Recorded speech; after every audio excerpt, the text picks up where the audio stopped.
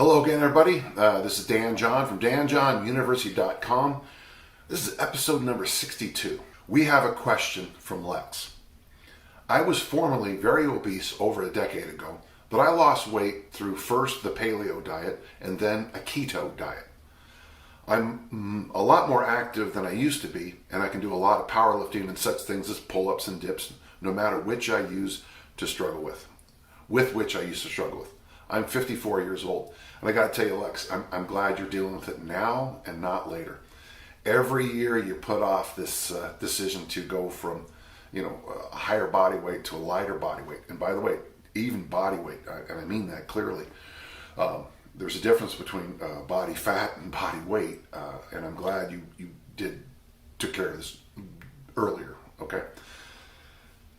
I'm 54 years old, and I feel like I'm just holding on to suspicious body fat, and especially around my chest area, and I'm just being silly and dysmorphic, or is there something I can do to get more ripped, lean, and cut? Well, first off, long-term, as I understand it, we're not sure long-term how well keto does for you. Now, you're going to get 1,000 emails because, keto is the new paleo, is the new CrossFit, is the new. But when you hit a certain time in your life, you want to make sure you do have some carbs coming in. As I understand it, about 150 grams of carbs a day will allow your, and I'm out of my range already, and I apologize. But basically, for your brain health, carbs are good.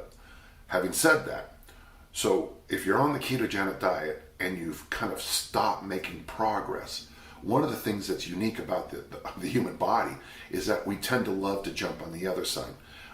Marty Gallagher, not only a good friend of mine, but one of the smartest men in the business, has this idea of you mix things, you back and forth. For example, you would do the warrior diet, which is a 20-hour fast and a 4-hour feeding.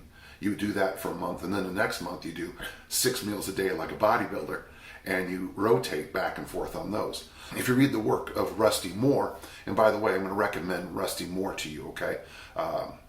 His site, Visual Impact, is someone I want you to look at, Lex.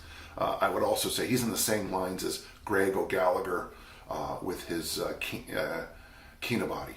I like those guys because they look at things in a way I'm out of my range. But what they do very well is that they look at numbers and switching things up for more of a body composition thing. Lex, as long as you're powerlifting and doing things like that, which is great, you're not gonna lean up. You've got to take a more active bodybuilding approach. Now, what Rusty would recommend is a lot more high tension work, which is great because you're doing the powerlifting, followed by those long walks to burn off those free fatty acids. Greg would take a much more kind of older tradition, 3 days a week bodybuilding program, and really keep an eye on your caloric intake. Rusty is very good about talking about things like eating sauerkraut and going for long walks. He's also a believer in a very high carbohydrate diet, which might be an interesting thing for you to do after being keto for so long. The great book, Death by Food Pyramid by Minger, she does an outstanding job showing us that humans tend to like to be either almost no fat or almost all fat. We're just not very good in the middle there. So that might be something you'd want to look at. A more high carbohydrate diet. You don't have to do it the rest of your life. Try it for 4 weeks and see what happens. If you start to make progress, great. If you're going to keep doing the power lifts, which I think is a great idea, and the hard big lifts, be sure to do walking after every single workout. I do where I put the 2 to 5 pound weights in each hand. I put the 5 pound ankle weights around, and I go for a ruck or a heavy hand walk after every strength workout now. And I've really noticed some good things. So there are some ideas for you. It's a great question. I hope that helped. We have a question and comments from Jeff. I just signed up as a member of DJU and completed my first kettlebell easy strength training session. That's great. Okay. What I love about your site is the variety of training content you have created here. Thank you. Well, you're welcome, and thanks for the kudos. Here's my question. Which program is best for hypertrophy? Before I even get into the rest of your points, the best program for hypertrophy is the workout generator, because that's based on what most people need: mobility work and basic body composition hypertrophy work. And it's simple, and it builds on itself. And really, with hypertrophy, it's quality workouts over time. Put those two things together in your head. It's not one hard workout and see in months. I live on and own a sanctuary farm with my wife and a bunch of rescued livestock, and I'm always expressing any strength gained by training in very functional ways. I'd like to build some muscle, get stronger, and look like it to boot. I know my ego is not my amigo. My ego is not my amigo. Thank you. That's a good one. Which DJU program would you recommend? My equipment includes suspension trainer, a lot of kettlebells, all doubles, very impressive, pull-up bar, squat rack, water rower, squat tower, and barbell with no plates yet, but he's looking. Workout generator is your friend. The workout generator is your best friend. Jeff, you've got a great gym. Don't get complicated. Keep it simple. Keep showing up and keep doing a good job with what you're doing out there for our community. Okay? It's that simple. Thank you. We have a question from Tim. Ever since the start of the COVID crisis, I have been working from home, and I have found myself doing a lot less movement throughout the day and a whole lot more sitting. I think that's true of all of us. I also have found that I have developed a nagging back pain that won't seem to clear up. I still work out 3 to 4 times a week, but I am convinced the pain is related to spending too long sitting down. And I got an answer for you. What exercises do you recommend as anti-sitting, and what kind of intensity, volume, and frequency would you suggest? So I have a little video that's already online, but I'm gonna give it to you anyway, okay? It's a 1-minute mobility program, and it's this simple. 30 seconds you hang, okay? And then 30 seconds you take a kettlebell or dumbbell or sandbag or book, and you sit at the bottom of the sit at the bottom of the goblet squat, pushing your knees out and maybe making those little tiny movements. I do curls down there while I'm doing it, because the curls just ratchet my hips apart. It's that simple. And I know I make things simple. I know I make things too simple, but it has been night and day for me and the people who've been following this good advice. 30-second hang, 30-second bottom position goblet squat. Last week I do this blood donation called Power Red, where I give 2 whole units of blood, but they give my plasma back. And I got to tell you, it is surprisingly hard on the whole system. So one of my days, my workout was simply hang, bottom position goblet squat, and I would dump the bell out because I didn't want to pass out standing up, frankly. And I did that probably for 6 to 10 rounds. It doesn't matter the number of times I did it. But I noticed when I went for my walk after that, I felt like I had dropped 2 decades off myself. So, Tim, I know this is very simple, but try it. And try it one time, and then maybe even think of setting it up where you do this multiple times in a day. Now, if you don't have a pull-up bar, you can get into a doorway, stick your hands up, and kind of mimic the pull a little bit. You kind of grab your hands on the wall for a little bit of resistance. It's not perfect, but it's a good start. You could also take a suspension trainer and hold on to it like this. I call it the water skiing position, and then push your butt back as far as you can. So you're like that. Again, not perfect, but hey, it's pretty good. And trust me, pretty good is pretty good. I hope that helps. Thank you so much. We have a question from Scott, and really it's a 2-person question. I am 43 and I train with my soon-to-be 15-year-old who plays hockey and runs cross-country with an occasional triathlon thrown in. Hockey and cross-country, I like this kid. We both realize we need to get stronger and are currently on workout 12 out of 40 for easy strength. That's interesting, okay? The big question is what comes next once we finish the 40 workouts. I want to continue general strength building that will complement his hockey and cross country. I feel like the biggest component I am missing is a loaded carry, but unsure how to work it in. You know, Scott, I mean, I think easy strength is one of the greatest things ever to happen in our industry, up there with the goblet squat and a couple other things I've come up with. Having said that, easy strength might not be perfect for what you guys are using. What I would suggest, and of course I get knocked on the internet for doing this, but at danjohnuniversity.com we have the workout generator.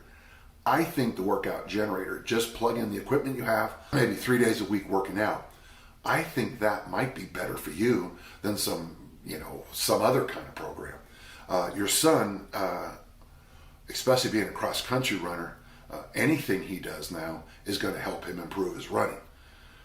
Well, so if you just do something as simple as, you guys do the foam rolling, you do the linear warm-up, you do the basic, it's probably something it'll be something like 3 sets of 8 with very simple basic movements, and the loaded carry comes in automatically at the end of almost every workout, and boom, there you go, you've got it. It doesn't have to be very complex. Scott, you're both of you, because of your sports and your interests, you need just general power, general hypertrophy, and generalized strength. I think long term for your son, easy strength is going to be a really helpful thing, but we might need to get his strength levels up the easy way, 3 sets of 8, 3 sets of 10, 5 sets of 5, and not work so hard. I hope that helps, and that's a very good question. Thank you. We have a follow-up question here from Andy. He says, thank you for your advice regarding training high school boys from episode 52 of the podcast. I also asked a question along the lines of how to encourage more students to lift even though gym work outside of lessons is non-compulsory. I would focus on the kids who show up when it's not required. That's my hint. That is the best advice I can give any strength coach. Work with the kids who show up and want to work. But we also have to train an entire program. You asked me to provide you some feedback on the typical relationship this age group has with their bodies. So I've identified some common themes. Andy, this really would make a great article, and I wouldn't mind helping you publish it. Listen to this, folks. The majority of boys want quick fixes. Boys want quick fixes. Mesmerize women with, these 3 secrets. Boy, it's getting worse as I get older, this idea that everything can be a quick fix. Folks, very few things in life can be fixed quickly or gained easily and quickly. They want to put on size, lose fat, get faster. They haven't yet come to terms with the fact that they need consistent training first. Their training is way too sporadic. It's interesting, I was reviewing this book the other day, Dan Cleather's great book, The Little Black Book of Training Wisdom, and it really comes down to just that. Number one on programming, number 1 on coaching is consistency. That's it. That number 1, and I don't know if there's actually a number 2. Show up and keep showing up. So getting that lesson across is difficult, and the truth is, a lot of high school boys and girls squander this unique opportunity for athletic excellence by skipping and doing other things. And I get it, there's a lot more fun things to do than 5 sets of 2 in the front squat. Number 2, there's often a lot of talk about cutting, as they tend to follow bodybuilding physique, social media personalities, thinking about aesthetics over performance, health, and longevity. Yeah, that's just the truth of it. I would have a much bigger following if I wore a sports bra and leaned over more. I'm sure that I would not be eating when I do that. Maybe, if I spent half of my posts, showing people my ripped abs, which are usually not done naturally, by the way. People often forget.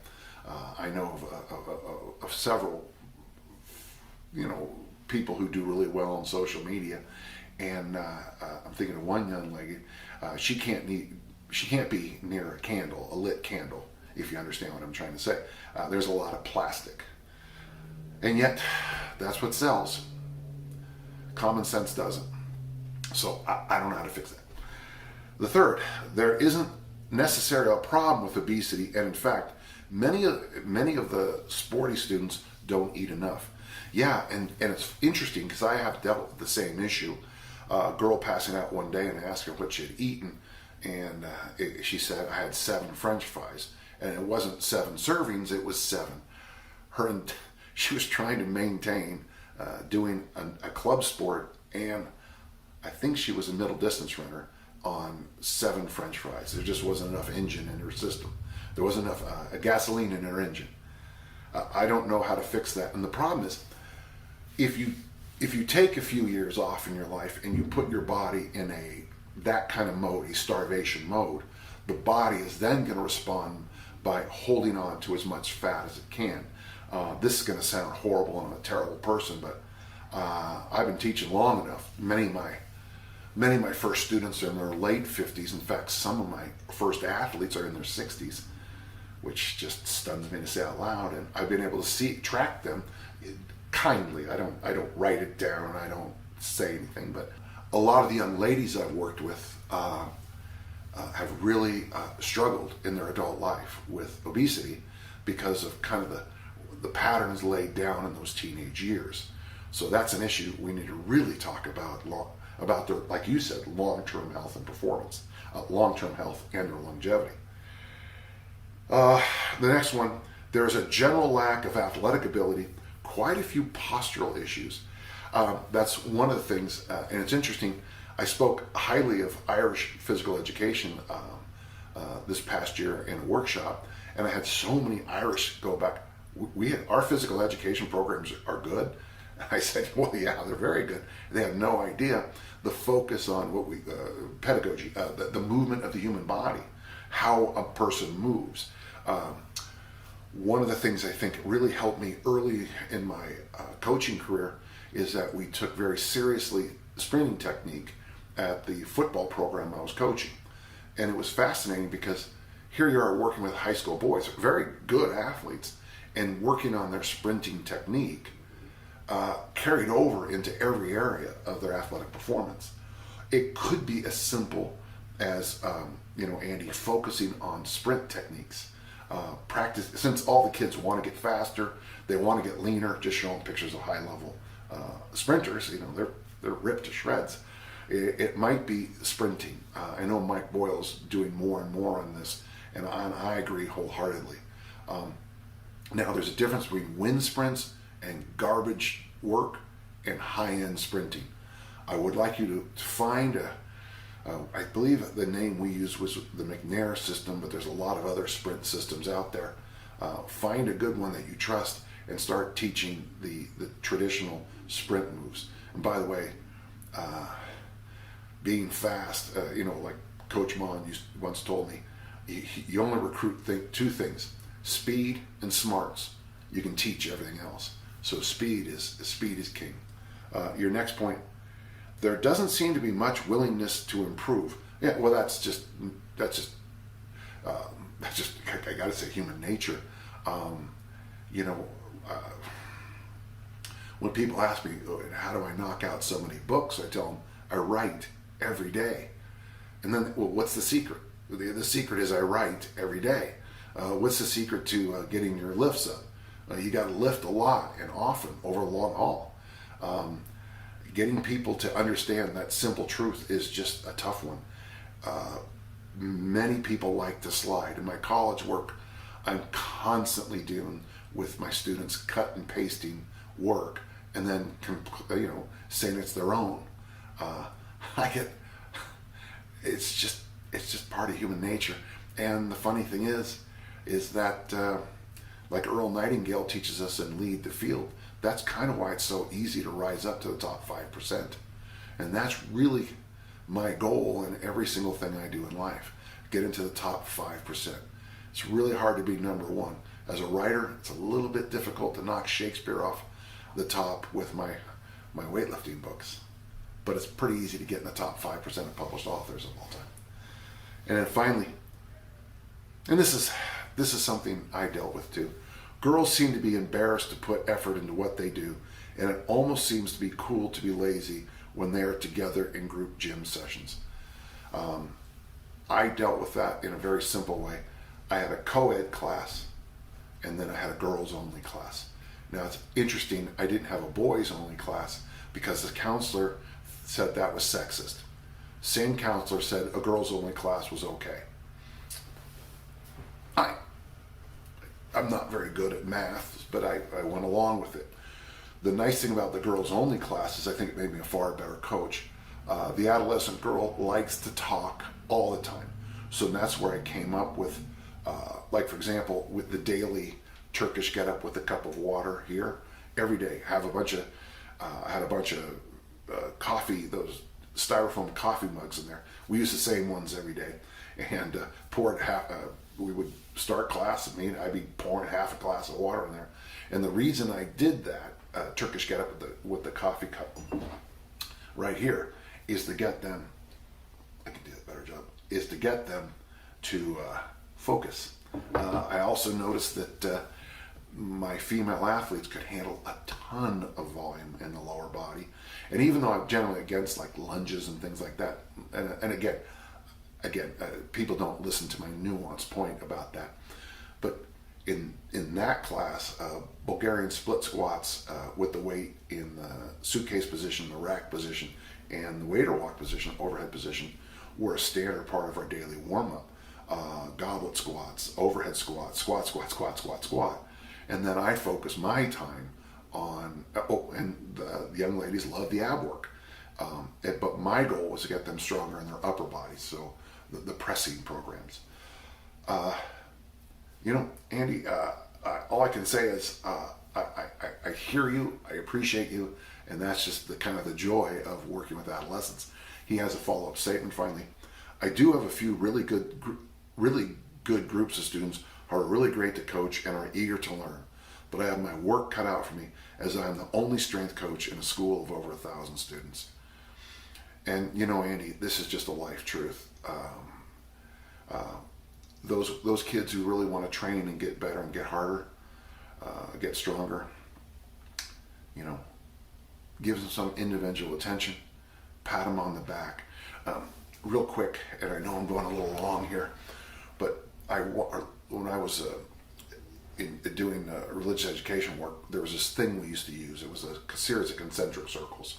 And here in the middle is what every church has. About 10% of a church does all the work. And then there's the outer group, people who show up on Sunday or Saturday or Friday. And then there's this outer group of what we call Christmas and Easter. They show up twice a year. And then there's the whole community, the rest of the community. And what I discovered when I looked at that, it was also absolutely mirrored a typical track and field program.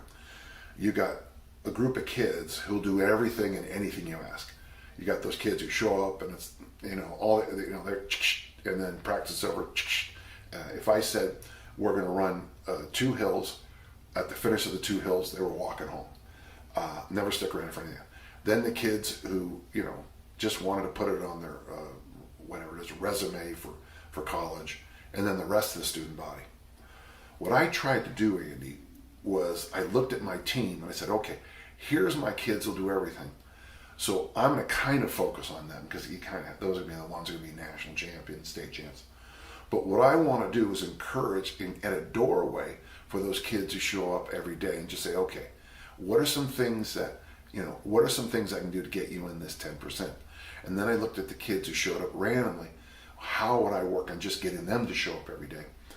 Now, I don't have a ton of tricks except for talking about it. My good friend Lacey, she will tell you that when she came out for track her second year and unbelievably dropped her times in the distance races, in our team meeting, I stopped and I said, and I pointed to her and I said, folks, this is the difference. This is what training the off season does. This is what showing up does.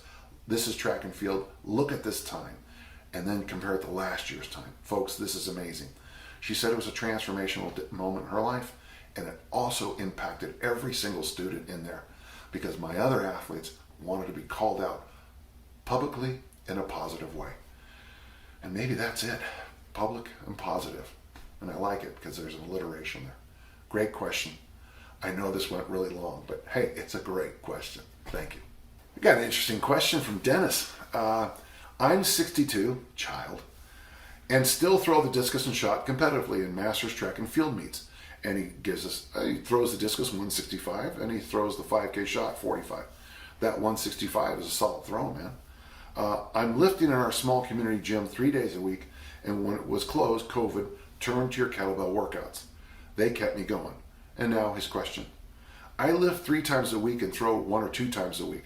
The only thing I'd say is flip that. But I would like to get your input as a fellow thrower about when an athlete should stop lifting as a big meet approaches. Since the master schedule is spread out during the year, there could be a big meet every month. To be fully recovered and ready to compete, should I stop lifting a few days before a meet, a week before a meet? Well, this is the problem with being a 62-year-old athlete, is that you're going to have to figure this out. So I think it's perfectly okay for you to lift about 80% or even maybe less. Have a nice, tonic, good-feeling workout the day before a meet. This is something we did at Utah State. We did 80% for a single, which is nothing.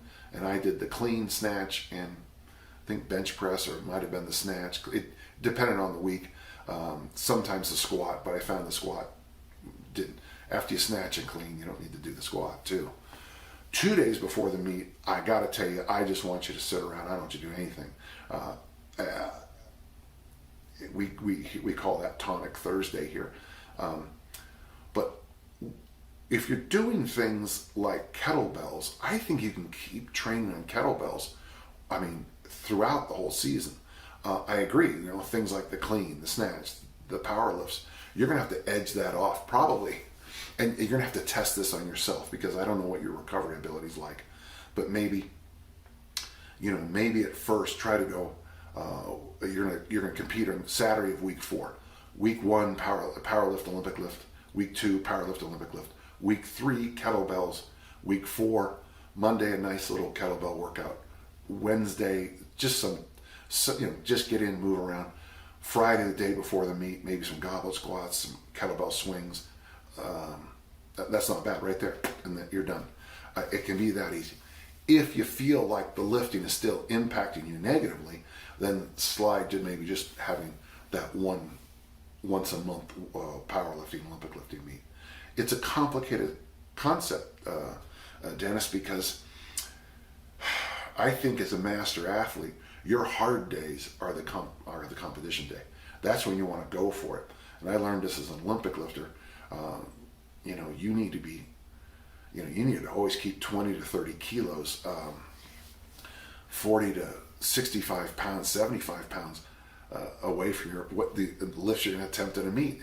And when I say it out loud, I'm like, wait, you believe that, Dan? Yeah, for a master athlete, because you just don't have that many in the engine anymore.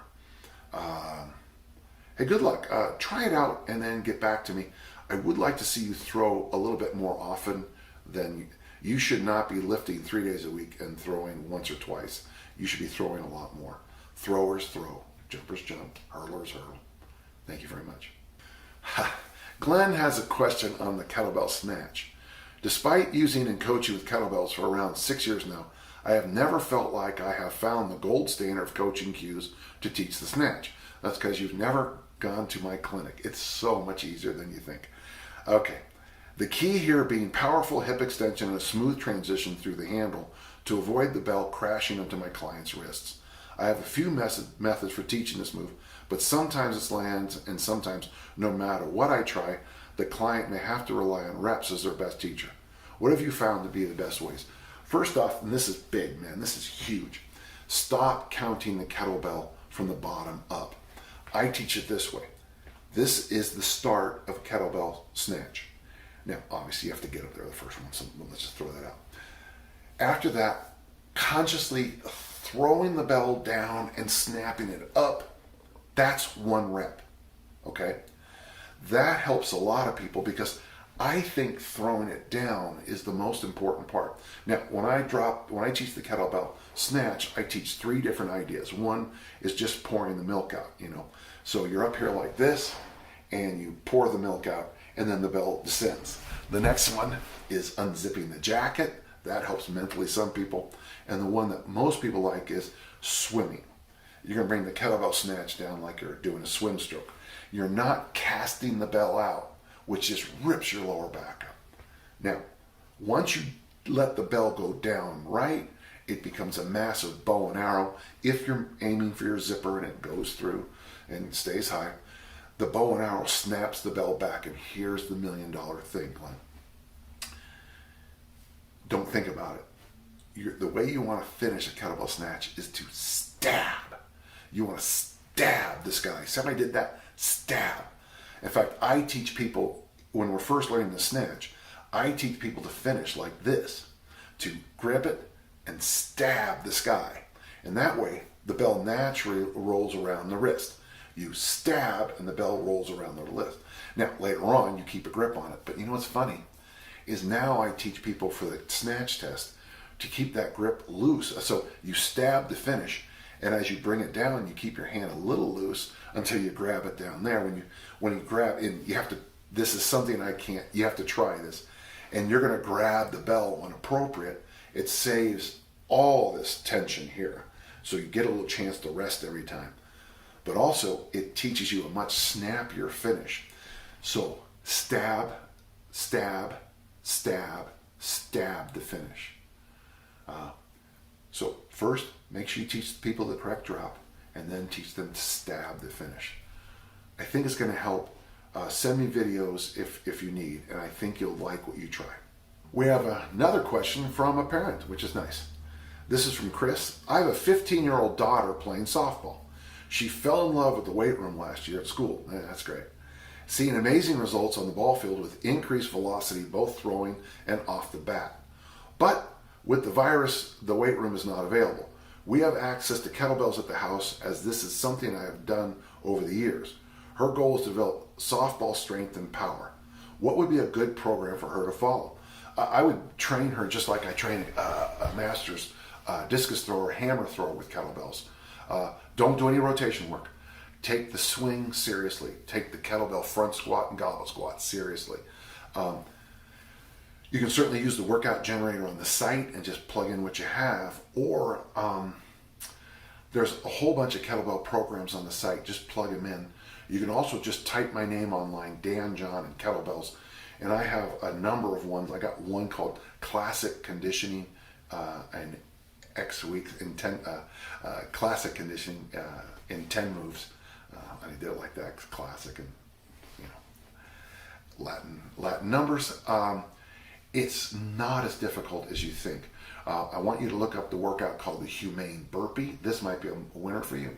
It starts off with 15 swings, 5 goblet squats, 5 push-ups, 15 swings, 4-4, 15 swings, 3-3, 15 swings, 2-2, 15 swings, 1-1.